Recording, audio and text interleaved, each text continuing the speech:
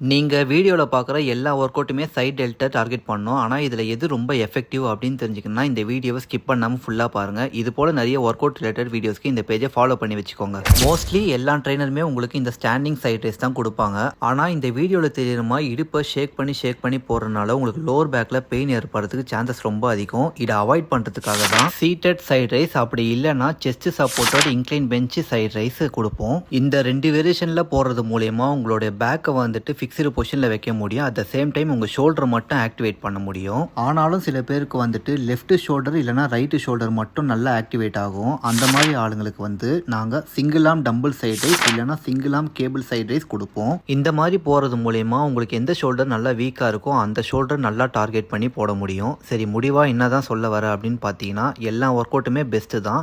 ஆனால் இண்டிவிஜுவலுக்கு பொறுத்த மாதிரி அந்த ஒர்க் அவுட் எல்லாமே மாறும். ஸோ நீங்கள் எல்லா ஒர்க் அவுட்டையும் நல்லா ட்ரை பண்ணி பாருங்கள். உங்களுக்கு எது பெஸ்ட்டுன்னு தோணுதோ அந்த ஒர்க் அவுட்டை நல்லா ஃபாலோ பண்ணுங்கள்.